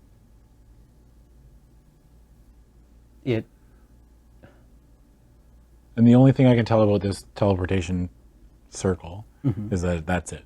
There's no other, like, it doesn't tell me, I guess by looking at it, doesn't tell me where it goes, or like there's no writing on it. You know what I mean? Like there's no like, I mean, obviously there's runes Right. inscribed on it, but it doesn't give any more information than that. Yeah, the runes tell you where it goes in the most useless way possible. Okay. Because it tells you basically the address of the teleportation circle it's going to. Okay. And that means nothing to you unless you're familiar with them. Okay. Right? It's both perfectly precise and completely useless. Yeah. Well, I mean, they told me to burn myself out, so I'm going to try to activate it. Okay. I should have looked up the rules for this. But let's say that, how do you try to activate it? Well, Peter wouldn't really know what to do. So he would just be trying to dump magical energy into it. That's the only thing he knows how to do. Okay. Really, is like he opens up the floodgate essentially and just like, you know what I mean? He doesn't have to put his hands out, but he does anyway, just because like that's just something humans need to do to like, you know, like that. And he just like tries to figure it out. Like he's just like feeling, because he's obviously can feel magic like all the time, right? Right. So he's just trying to feel it and trying to kind of like slot himself in, because I'm assuming that it's like a river, right? Right. And he's kind of like just trying to get into the stream and make it work like that. Okay. As you're doing that, you hear a voice, like almost at your ear, saying, "It's easier than that." Nobody? I mean, like, Perception I roll. stop, yeah, like I look around, like I stop, I'm just like, who? What's a 5? Nothing. Can't hey? tell. I think I'm just hearing things, and he'll just go back to doing what he's doing. Okay. You almost feel like your magic pushing against a bubble of the much more powerful, stable magic of this circle. and pushing it's not working. I can't try to go under it, or I'm not trying to go through it. I'm trying to work with it. Going under it, it almost feels like as you push your magical energies against it, they slide under it and then are drawn through it and vanish. Like it's shaped like a donut or a torus. Oh, okay. Right, like it pushing against it doesn't deform it. It doesn't activate it in any way, but trying to slide under it or over top of it, it's like almost slippery and just gets sucked into the middle of it. Huh. Well, I mean, Peter wouldn't know what to do, and if that wasn't working, I guess he would stop. Like he'd stop trying to just dump stuff, because if he sees it's not working with the only way that he knows how, he's not going to keep trying. That's pretty much it, really. Like he's like, well, that didn't work, and I guess he's talking out loud because he's by himself. I wish I listened in class more. Again, a voice says, "It's easier than you think it is." All right, And it has like a weird echo to. Have you ever seen The Witch? No, No? Oh. sorry. No, it's a cool movie. If you have 90 minutes to spare. Yeah. You look around again. Yeah, he's like, all right, I heard it that time. And he says that out loud. Like, The only thing around you is the owl. I look at the owl. It still has the mouse. Yeah. The mouse, owls just like swallow things whole. This one has dissected the mouse. Okay. Like if you've ever seen a cat catch a bird, or seen what happens after a cat catches a bird, and there's just like wings, and then it's eaten like the chicken McNugget in the middle, right? And there's the head left over. Yeah. This owl is doing kind of the same thing, Okay. where it's just like sliced it open and spread it out. Weird. Okay, if this thing's like what if I use my magic just to fill the hole? You know what I mean? Like you said, it's like a donut, right? Right. So if I just fill it. You try, and it takes everything you have Yeah. and doesn't seem to. Everything you have vanishes into it. Okay. It's just gone, eh?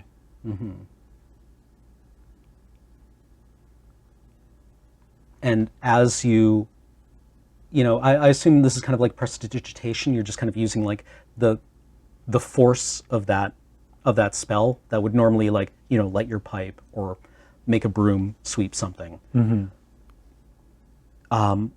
The force that you push into it almost feels like drawn out of you at the end. Okay. What if I try to take magic away from it? Can I do that? I don't even know. Like, If you try to pull from it, yeah. you get the smell of salt and like humid air and like a little bit of water vapor. Okay. Does that make any sense to me? Why it would do that? Maybe it's what's on the other side. Okay.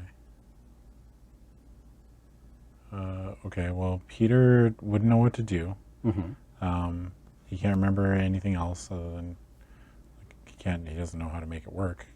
So he would just go back, try to make a fire of some kind, try to get warm, because I'm assuming it's getting dark. And I'll try to do that. Okay. The rest of the night kind of passes uneventfully. Okay. You wake up. It's the morning of Byss. Yeah. Is the owl still there? Look for it. 14. Yes, it's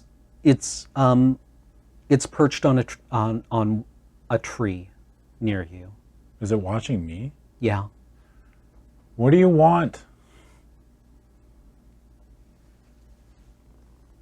I want you to grow and become powerful. Is that in my head or is that out loud? Can I not tell? It sounds like a voice to you. It doesn't sound like it's in your head. It's not telepathy. Yeah. It's not that invasive. Okay. Okay. Why? Because you deserve to be powerful. The world wishes you to be powerful.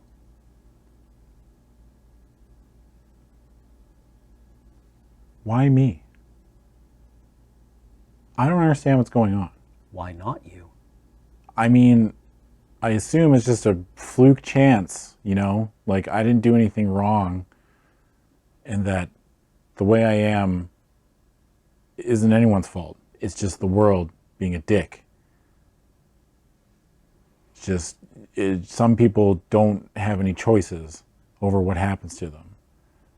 No one has choices, except for the ones that are laid in front of them.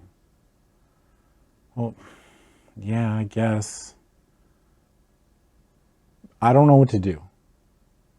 You can only do what anyone else can do. What's that? Move forward. Okay. Do you know how to work this thing? Because I don't know how to work it. Step through it. Like physically? The owl it turns its head and it catches the dim light of the solstice day sun in its eyes, and they become almost reflective. Okay. Yeah, I guess it obviously points in a direction, correct? Mm-hmm. So Peter will gather up all of his stuff, put it on his backpack, and then I guess he'll try to step through it. Like, he'll step into the circle. You are falling. Oh, shit. And you are falling in a black tunnel, you think. Yeah. That is reflecting light. It's lit from above. And it feels like rough, reflective black stone. And suddenly you land with a splash in warm water. Mm-hmm. And you sink. You're wearing your pack. Yeah. Your mouth and nose fill with salt water, with ocean water. I mean, I'll try to take my backpack off. Yeah, you struggle with your backpack. Do you have, give me a Constitution save. 5. It takes you longer than is comfortable by any definition of that word to struggle out of your backpack. But you get rid of it, and you're buoyed upwards just by like it falls and you float. Mm-hmm. Maybe there's still air trapped in your clothes, something like that. Yeah. But you float back up to the surface. Okay, deep breath. So I break out of the surface. Mm-hmm. I try to get my bearings. You are in a broad, probably about 10-meter wide tunnel or cylinder Okay. that is filled with black water. And the stone is rough black stone that's a little glassy, and high above you, you can see daylight. And what about, so I'm in a cylinder? Yeah. Like, No, like straight up. Like, yes, I'm like just a silo. trapped. Like, yeah, I'm trapped in a silo. There's nothing else. There's no, there's no ledge. There's no platform. There's no, correct. nothing. Okay. I guess human nature would be, I would swim to one of the edges first. Mm-hmm. I would go all the way around Okay. and just check, just to see. Like, when I touch it, is it cool to the touch, or is it like it's electronics, or is it like? It's cool. Yeah. It almost feels. I want to say it's volcanic, Okay. right? Is it isn't- rock? Like, does it look made? Like, you know what I mean? Like, is it smooth? It's not smooth. It is faceted, Okay. basically. It's smooth, it's glassy. You can kind of like get a bit of a handhold on it to keep from sinking and offer you just like the littlest bit of rest. Okay. Shoot. And there's only one way up. Give me a perception roll. If you're resting. Kind Yeah, I'm just kind of just sitting on this edge. I'm like, well, now I've really screwed myself. Perception is a 17. Reflected in the faceted light of the cylinder, you see high above you, probably about 5 meters up, another teleportation circle. Okay. And its symbols match the one that you came through. Yeah. And that's the... Or it's the inverse of it. Yeah. So that's where I came out of. And But there's no way to get up there. You don't... do you want to climb? I'm going to try. Give me an athletics roll. Okay. A 5. No dice, eh? Well, now I'm really screwed, aren't I? Well, first Peter starts crying because he's 13 and he's trapped in a cylinder and doesn't know what to do. I am going to try to swim down. Okay. And see if I can't... I mean, I can cast light still. It's a cantrip, and light works underwater. Yep. So I'm going to try to cast light on, like, my hand or something, and just swim down as far as I can to Okay. see if there's not, like, something. Like, I'm not looking to go... If I find a tunnel or something, I'm not going to go in it right away, because I need to take a run at it if I'm going to do it, but I'm just looking to see if I can find a bottom or anything. Okay, give me a constitution roll or an athletics roll. Both are much... Can I choose? Yeah. Constitution? Yeah. Okay. 21. Yeah. All right. You are able to dive. Actually, you can hold your breath quite well. And you find when you go down, you can't, there's a functional limit how deep humans can dive unassisted because water pressure. Yeah. But below you is a room, a room with odd geometry. And it's made out of this rough, or out of this faceted stone, but it is, it's a spherical room. And at its center, you can see an object of some kind that also just seems to drink in the light, right? Like it's, if you shine your light at it, it appears like a shadow. I'll head towards that. Okay. You can't reach it yet. It's just too far down. But there's definitely something there. Okay. And as you come back up, you hear the flapping of wings. Yep. And the owl is kind of like flying from one surface to another and like scrabbling with its claws, and then flying to another one. And then finally, it comes down to where you are and perches on your shoulder. Okay. Like, Yeah.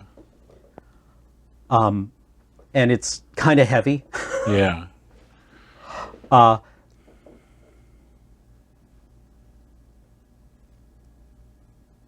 And it seems a little flustered, but it like gathers itself, right? And it moves from your shoulder up on top of your head to stay out of the water. Okay. Hey. A little confused. Where am I? Where you are exactly doesn't matter, but what you can do here is extraordinarily useful. In what way? You can get something for me. Uh-huh. Have you seen it? The thing at the bottom.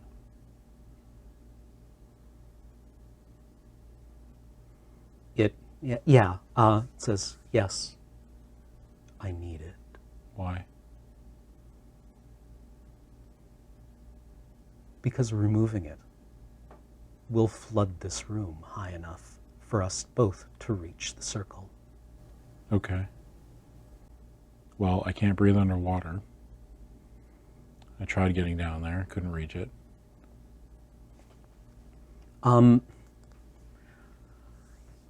The voice says, I can help you with this. Okay. Do you wish it? What's it going to cost me?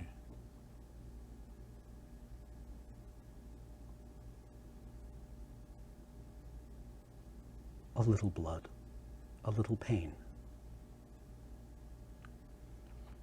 I mean, I don't have a choice, so sure, I guess. You can always say no. Yeah, but then I sit here. I don't have a choice. Say yes. Yes. Its beak comes down in front of your face and draws up your cheek to your forehead Yeah. in like barely touching you, it feels, but the split in your skin, the cut, is shocking, Yeah. right? It's like, oh, what's this? Ah! Yeah. Right? Yeah. And you feel the air almost moving through it at first. Mm-hmm. Now dive. Yeah, I guess I dive. It stings Yeah. as it it's salt touches the water, Yeah. like a lot, and you have to close your eye, but you don't feel the pressure building in your lungs anymore. Okay. Cool. Yeah, I head down towards whatever that object is, or try to. Okay. The object, your light spell is still going, I would assume. it's like concentration for like 10 minutes or whatever. So. Okay. Well, I mean, I probably lost it when I got my eye cut or my face cut open, so there's that. So Right, right. I'll try to recast light. Okay. Yeah. You do so. And light generates it's like 30 feet or something? Yeah, and it's like fluorescent, right? It's not like natural light at all. It's Yeah. like harsh white light. Yeah. Even orcs see it as like white light, and their eyes see in a slightly different spectrum to ours. And when you get down, the light like reflects off and almost sets off like this mirrored effect in the middle. But the object you can see is a cube set inside a cube. I'll head down towards it. Okay. I'll grab it, I guess. Like I'll just like reach out and It's heavy. yeah. Like it's heavier than you think an object like this could be. And as you get closer to it, like you see it at a certain distance from you, right? Like you can make it out, and it doesn't get any bigger as you get closer to it. Okay. Until you get right up to it, up to where you should be, and it's almost like, Yeah. right? It's impossible to judge distance to it. And give me a strength roll. Or an athletics roll. Strength. Yeah, Okay. it's the same. Natural 20.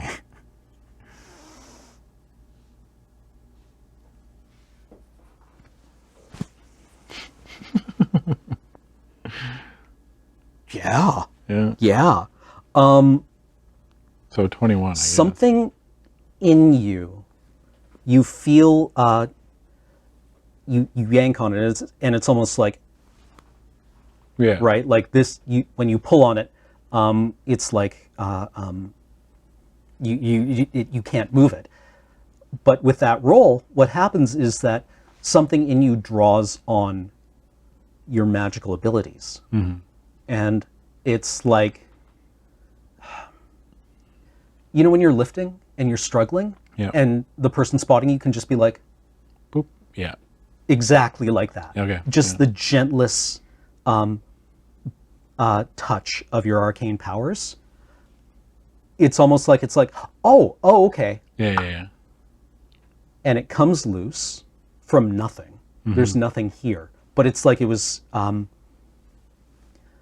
almost like fields of force pushing against one another to keep it here. Okay. Like if you were balancing a pencil on its tip, Yeah. that's how this thing was held in place. Okay. And it dislodges, and you can feel like all those lines of force suddenly like splaying off each other, and the rush of water suddenly is present. Like water pressure is pushing you upwards. Okay. I won't fight it. I'll just head upwards Okay. with the thing in hand, I guess, whatever it is, this object. I can't tell what it is. So, yeah, I'll get to the surface. Okay. The water level is rising, Yeah. and the owl, who is still like flapping around kind of like chaotically, lands on you again Yeah. and says, "Good." So do I just teleport back? Yeah, as the water level rises. Yeah. Yeah. Yeah. Yeah. And the owl is like, "Give it to us." And not before as the water level is rising. Okay. I'll give it. Okay. It takes it in its claw and just flies up Yeah. and out and vanishes through the teleportation circle. Okay. I'll wait until I get up there. Okay. Yeah. And as soon as the water crests it, you're through Yeah.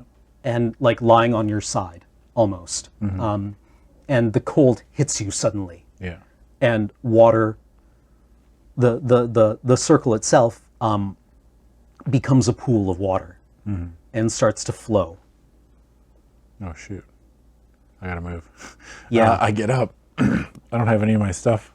I'm just gonna get out of there. Okay. Yeah. I don't know where I'm going, but I'm just going away from there. Okay. The sun is starting to go down. Yeah. And yeah, you broke your camp, right? Yeah. Well, I mean, I left my backpack in the bottom of that, so it's like I have no supplies. Yeah. Unless there's like your old fire pit or... I mean, that's right where the teleportation circle was. So Right. That's filling with water. I'm gonna try to find shelter as best I can. Okay. So I'm gonna look for a cave or something. You know. Okay. Yeah. Roll me survival. Okay. A 2. There's nothing. Okay. There's nothing. You start to feel a panic as like you shiver. I'm gonna keep moving. Okay. I'm not gonna stop. Okay. I'm gonna keep moving and try to dry out that way at least. Okay. It's a mild winter. Yeah.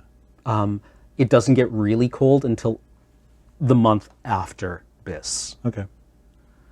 And you almost start to feel like a delirium. Roll survival again. Okay. 7.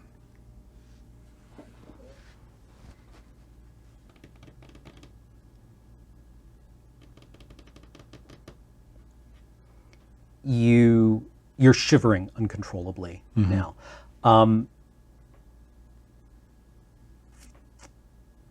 As you wander and you hear singing, Okay. I head towards it. it's home. Okay. You might not have you don't have long to act like Yeah. this. But you hear the music, you hear singing, and you can see the light of the festival starting. Yeah. I head towards that. It's the only thing I can do. Okay. Yeah.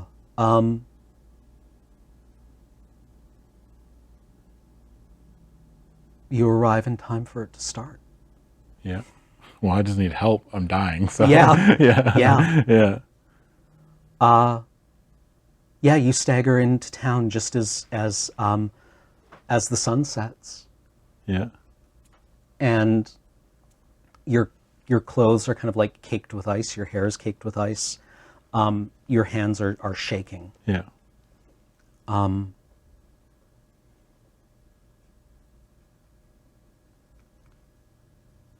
The first people I see, I'm just Yeah. like, help. Yeah, they help you. Yeah. They help you. They sit you in front of the fire. Yeah. I'm not going to go home, obviously. Yeah. But I'm cut up and I'm in pain and I don't know what to do. I am literally going to dry off and try to get warm. And if I'm able, hike my ass back out to the wild.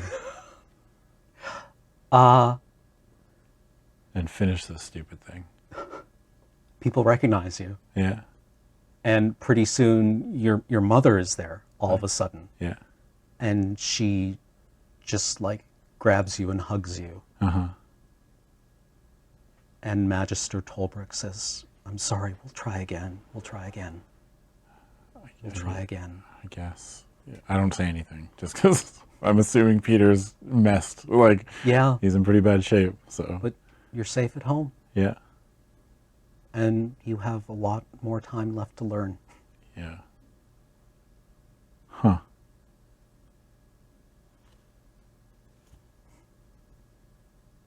Maybe next time. After the Flood, Strandlines, Swords Story, Tints and Shades. Night has fallen in the ruined city that you call Tumbledown. Your family, or your extended family, runs this town, has made it safe, has made it prosper even. No one dares to challenge you anymore. And today, you, boy, have covered yourself in glory. You arrive at the tower that your family uses as its headquarters in order to oversee and administer and protect the people of Tumbledown. The other half-orcs, with you, laugh and smile. They clap you on your back as you lead your prisoner towards the tower. He's a small human man, stooped, limping, carrying a tiny bundle with him. At the door, your elder cousin of some kind? You've had the lineage explained to you a couple of times. Emson, the arms master, greets you warmly. Well, now you've gone and done it, haven't you? He says, hugging you. You're a man today. And who out of us could ever have doubted that, huh? I told them all. He's just a slow bloomer. He'll come around. Now look at you. Look at what you brought us. And he gestures to one of the other half-orcs to take the small prisoner upstairs. Well, time's a-wasting, isn't it? You've earned your brands today. Oh, Worm's going to be proud of you. Worm is your little brother. This is a good day. This is a good day. Come on, let's get it done. And he clasps your hand in a double-handed grip. And you feel a hard, round object in your hand. He closes your hand around it, looks you in the eye, and with a slight gesture, actually, give me insight. Natural 20. He has just palmed you a small wooden dowel. And in it, you can feel the divots left by teeth. And he has passed this to you in such a way that nobody else can see it. I'm sorry, what's a dowel? A dowel is a wooden cylinder. Oh, okay. Teeth marks in it. Is it something that would be hollow, or is the significance? It is a hard object that you can put in your mouth to bite down on. Oh! Yeah. Okay, now I understand. All right. Okay, I'll just look him in the eye and just nod. You're not a boy anymore. Oh, I knew this day would come. Come on, they're waiting. I'll try and slip it into my pocket while nobody's looking. Okay. Sleight of hand roll offers the possibility of failure, but maybe that's interesting. Sure. 15. I don't have a dex bonus to speak of. That does it, Okay. though. Yeah, you don't think anyone saw you palm it and put it away. He leads you downstairs to where the forge is. Yeah. Definitely trying to stand, walk tall and proud. Yeah, it's, they keep telling you to do that. Stand up straight. You're too big to hunch over like that. You look like a whipped dog. Shoulders back, boy. Ears over shoulders, shoulders over hip. There you go. There you go. Don't forget it this time. Around you is your extended family, waiting. They've all heard. Everyone has heard, and they're all here. The forge glows red hot, and you see the brand already resting in it.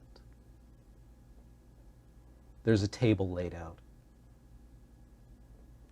Well, walk up, bow to the family. They cheer.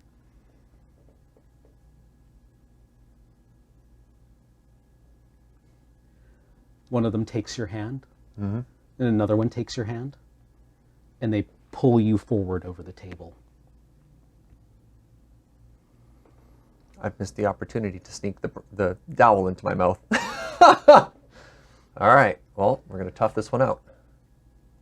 Hands you don't see lift your shirt from behind you. In front of you, your little brother catches your eye, and he looks proud. He looks proud. That's not good. Emson walks in front of you and he says, "You ready, boy?" That's the last time anyone's ever going to call you that. Anyone calls you that again, you put him in the ground, you hear me? Yeah, just looks and nods. Good. Give me a will save. That's wisdom? Wisdom.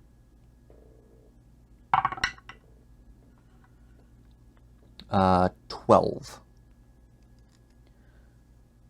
The searing pain of the brand on your back startles you, but you hold it together and don't scream. You feel sweat flash across your back and well on your brow and suddenly soak your hair and your armpits and the palms of your hands. The people around you suck in air as if in sympathy, wincing in pain. And Is this the sort of brand where it's one press, or are they carving into me with it? it's one press. Okay. And where is it on my back? It's actually a U-shaped brand. Like the branding iron is U-shaped, and it's symmetrical on either side of the spine. Okay. In the muscles, what is this? The trapezius? I'll take your word for it. The ones across the shoulders. Yeah. It's stylized wings. And you hold it together. You see your little brother like looking at you, and then the smell hits you. The sudden smell of like searing flesh. Give me a Constitution save.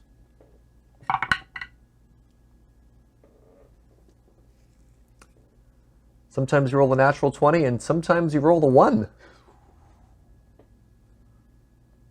That's perfect.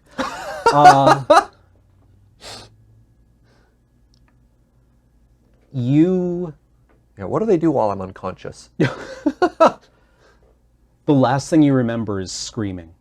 They're going to judge me for that. And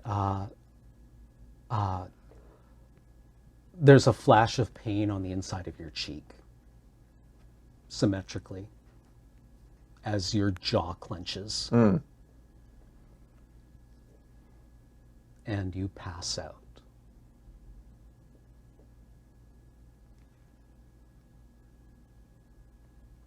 You're not sure how much longer or how much later it is, but the room is empty when you come to consciousness. I'm still on the table? No, you have slumped next to the table. Some family. Emson is crouching next to you with a cup of water. Thanks. I take it and have a sip.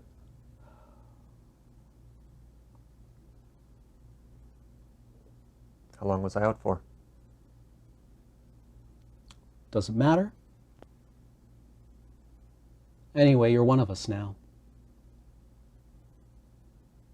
You need a new name. You look to me like a sword. Swords don't scream. Swords don't forget about things. Swords, they don't think about things too hard. Just a weapon, huh?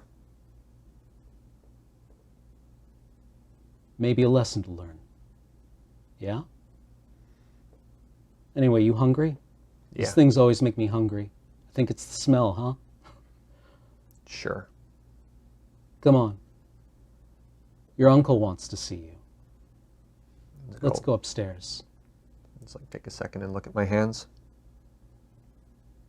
Down the water and leave it on the table.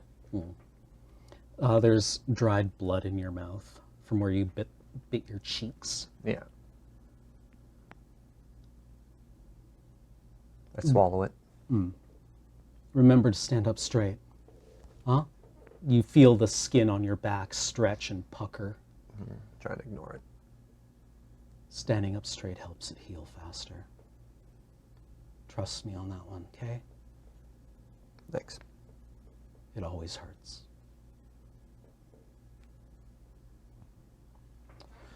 He leads you upstairs to where your uncle's office. In another time, a governor would have had an office, but really, it's his parlor, his salon, it's where he entertains, it's his home.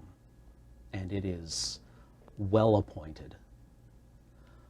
One of your extended cousins is standing watch at the door, and Emson just kind of like waves him aside, pounds hard on the door. And you hear Golrag, your uncle, inside, say, "Good, good, send him in. Come in, come in." Emson pushes the door open and says, "Say hello." Nod to him and walk in. Closes the door behind you. So Says, So I'll walk up, center of the room, and just like stand there straight and proud. the prisoner's here with him too. Golrag is an enormous man. He is every inch the crime lord. He's wearing nice clothes. His hair is tidy. His braids are immaculate. His jewelry is impressive. And as always, he's got the ephemera of legitimacy around him. Your uncle loves art. So what do I call you now? Sword. Oh, that's good. That's good. My nephew, he says to the prisoner. Sword. Yeah. We can use you now. Your father, he'd be proud of you today. I heard you didn't scream. You know how I know that? Because if you did, I would have heard. And I didn't hear a single thing, and nobody else here did either. Thank you. He slaps the prisoner on the back. Sword, can you believe it? My own nephew. You look better. You look better. Worm's proud of you too. I made sure of it. I understand you've met. Sword? Isaiah. Isaiah, Sword. You've brought me a good gift today, Sword. He almost... Actually, give me insight.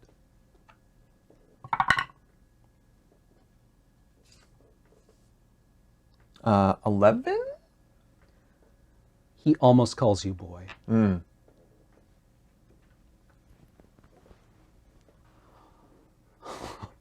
Did you have any idea what Isaiah was bringing here?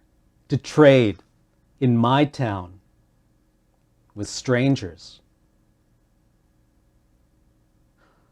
Isaiah, why don't you show him what you tried to trade under my nose? And the human man opens his bag and takes out an intricately carved box. And just from the way he handles it, you can tell it is heavy. It is heavy in a way that you... It's heavy in a way that reeks of value. And he opens the box and shows it to you. Inside the box is a sphere of black glass that is carved in channels that are almost too small to detect. And it refracts in ways that evoke oil on water. Give me a perception roll. 8. It's very beautiful. I don't understand. This is what's called an anchor for the mightiest things that the old empire ever made, Golrag says. It wanted to go somewhere. And Isaiah here, well, he and the people with him were trusted to carry it. But you, you made sure that that didn't happen. People who wanted it, they're coming tomorrow. Isaiah's told me all about them. Oh, and they're going to pay handsomely for it, let me tell you. And for him. Isaiah, we're not going to hurt you, are we? And Isaiah's like, no. Anyway, Isaiah here. You know what he is? He's an art expert. He's been telling me all about my own paintings. Oh. Sword. Pick one. Isaiah will tell you all about it. Gesture to one on the wall of a warrior. This one, you know, is painted by a human. And the colors are utter nonsense to you. It is greens and pinks and blues. The blending makes no sense. And whenever you look at this painting, all you can do is try to pick out the edges of the warrior depicted.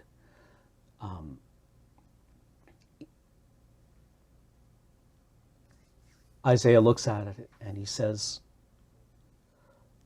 the triumph of the 13 Legion, painted about 150 years ago.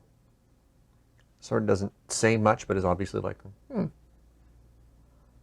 Their black uniforms were symbolic of them. And the winter campaign was the final campaign fought by the Empire in order to secure the outer reaches. It was successful for a time, until they collapsed. what did they fight for? They fought for the old world. And from the way he's describing it, you know, you've heard this battle. It was fought in the snows. And the black uniforms, this man is not wearing a black uniform. His uniform is green, a bright lime green. And the ground he's standing on, now that you know what to look for, looks like snow, but the snow is orange.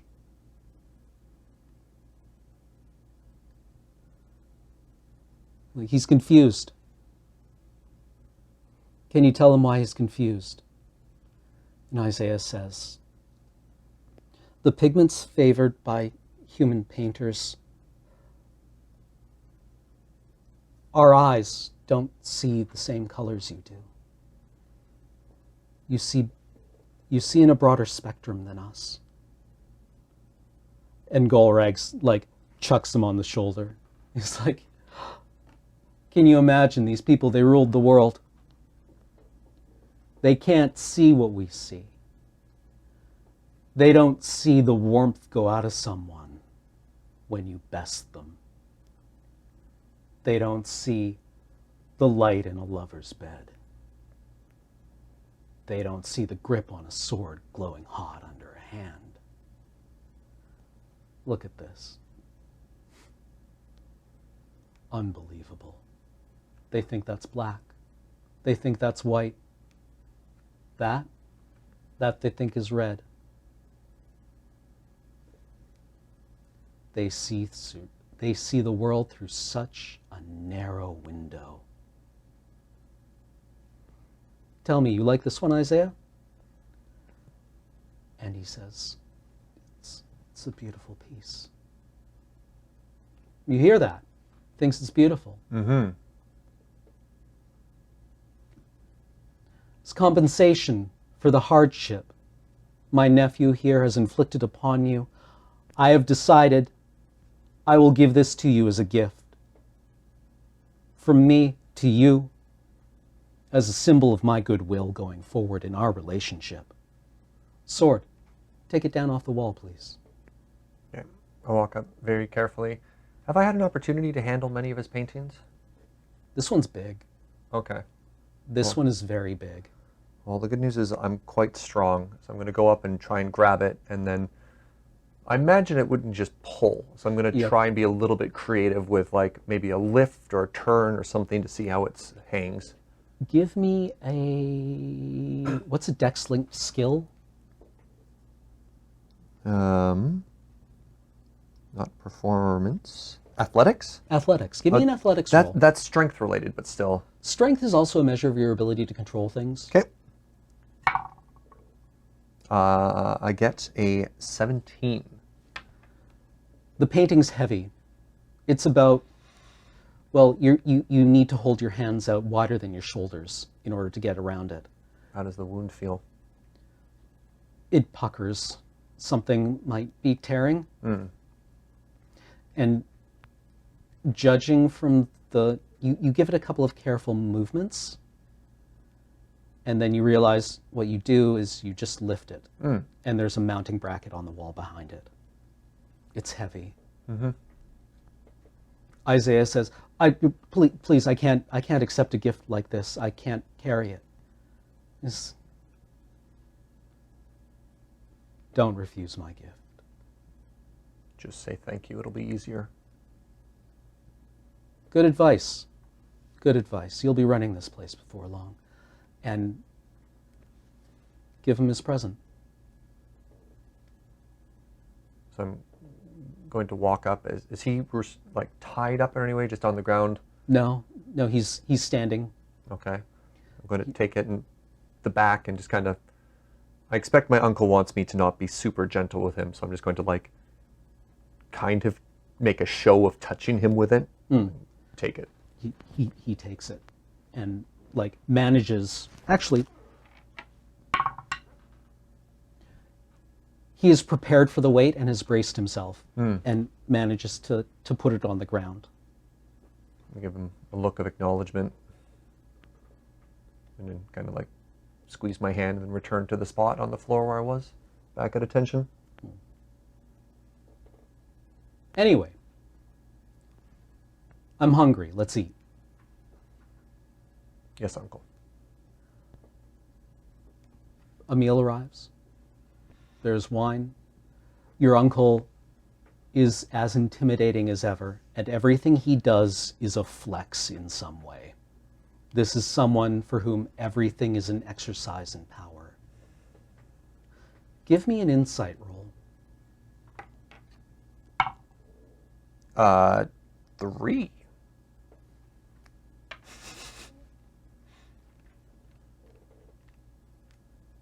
You're distracted.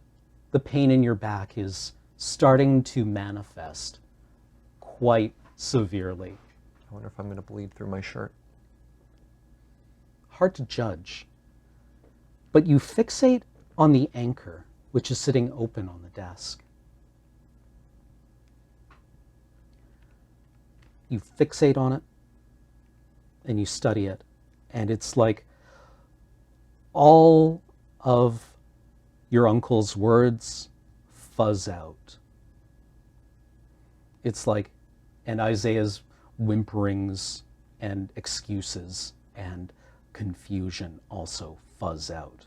As he's trying to be a good guest, and he's trying to, your uncle's trying to be a good host and ask him about his interests. But in asking him about his interests, it's still an act of intimidation. You feel the brand on your back.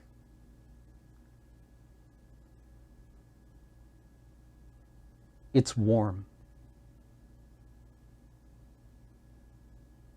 And the pain from it seems to lessen.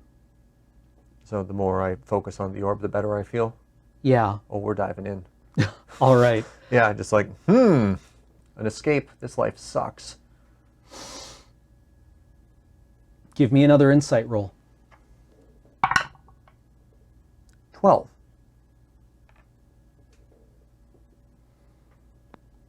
Your uncle's voice cuts out. The pain in your back vanishes.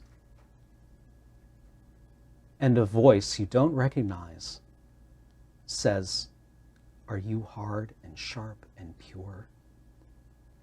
Try to be. Are you kind and gentle and loving?" They won't let me be. The rest of the evening passes uneventfully. It's the morning, and the entire family is out waiting in the place where Isaiah told them the exchange would take place. Isaiah has been instructed to move forward, and you are in command of this operation. He is going to wait exactly the way that he said that he was supposed to for this transaction to take place. It's outside of town. It's dawn. It is a beautiful summer's day. The flowers are in bloom on the rocky plain around you. What little life blooms here is hardy. It's tough. And the unpigmented flowers that bloom through the stony ground, their petals are tough as leather. A small group arrives, carrying a cart, or pulling a cart. One figure at their head. Give me an insight roll. 10. You don't need to look at this person too hard to know that they're a soldier. They stand too tall. They take the ground that they walk on. Trying to like also look like a soldier. All right, posturing time.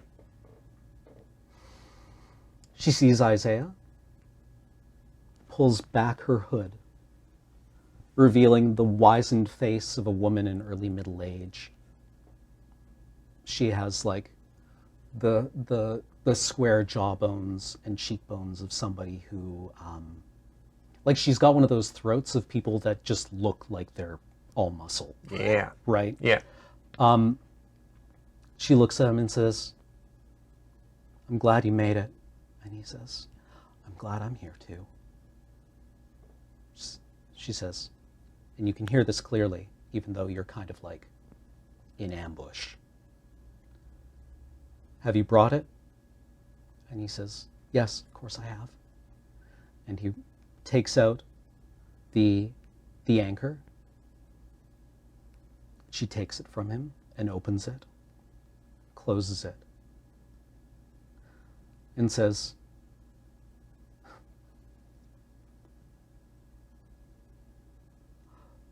Thank you.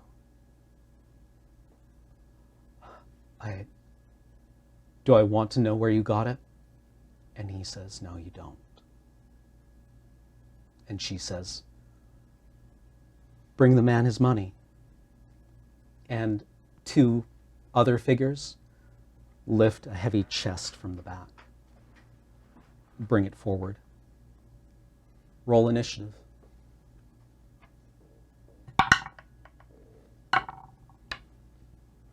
7. That's better than them. This is when you're supposed to launch the ambush.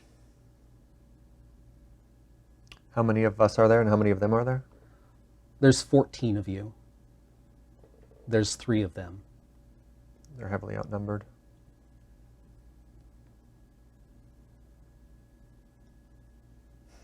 I run out and charge. Around you, your extended family suddenly springs to their feet, crossbows in hand, and there's a hail of quarrels. The 2 men carrying the chest are punched to the ground, basically, as the quarrels impact them. The chest scatters, breaks, gold coins roll around.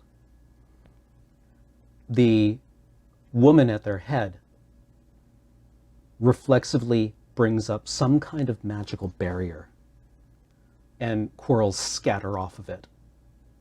She draws her sword and looks at you as you charge forward. Roll to hit. Critical fail.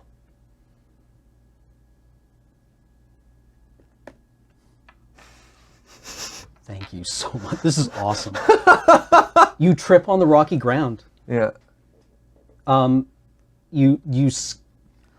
You're a big half-orc. You trip over your own feet, scatter or stumble and fall to the ground, plowing a furrow of stones in front of you. And you basically skid right up to her. And from behind you, you hear Emson say, oh, for fucking out loud. I just look up at her.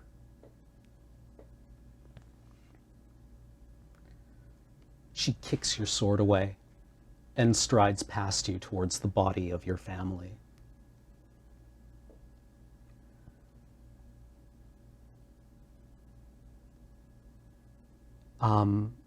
She charges.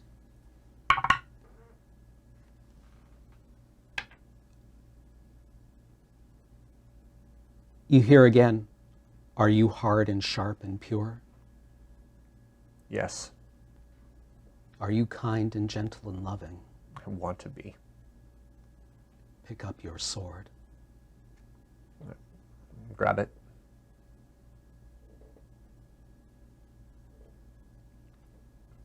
You see the evil that can no longer be tolerated. You see the cruelty that predates on the vulnerable. You see your complicity in it. And you see your chance to make amends for it. Do you say yes? I do.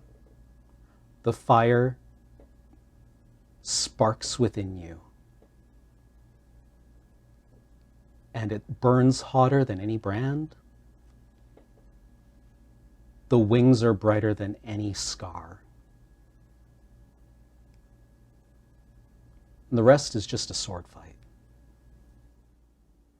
Thanks for joining us tonight on Dice Friends. As always, this show and everything else we do here is brought to you by you, the viewer, over at patreon.com/loadingreadyrun, or by becoming a member here on YouTube. Thank you once again, and we'll see you next time on Dice Friends.